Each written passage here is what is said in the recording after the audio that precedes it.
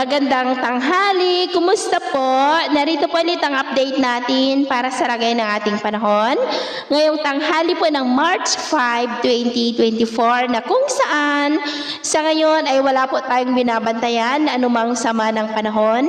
Sa loob at labas ng ating area of responsibility, easterlies pa rin ang hangin na umiihip po dito sa ating bansa at sa ating long range forecast ay consistent pa rin po na walang bagyo na nakikita na tatawid dito po sa ating bansa hanggang po sa susunod na 2 linggo. At sa lagay ng ating panahon, ngayong tanghali ay maayos ang panahon sa malaking bahagi po ng ating bansa maliban lamang sa mga tsansa ng maulap na kalangitan with isolated rains. Sa ilang bahagi po ng Aurora, Palanan, Divilacan, Maconacon, Dinagat Island at dyan po sa may Bislig. At sa susunod na mga oras ay maayos pa rin ang panahon sa malaking bahagi ng ating bansa maliban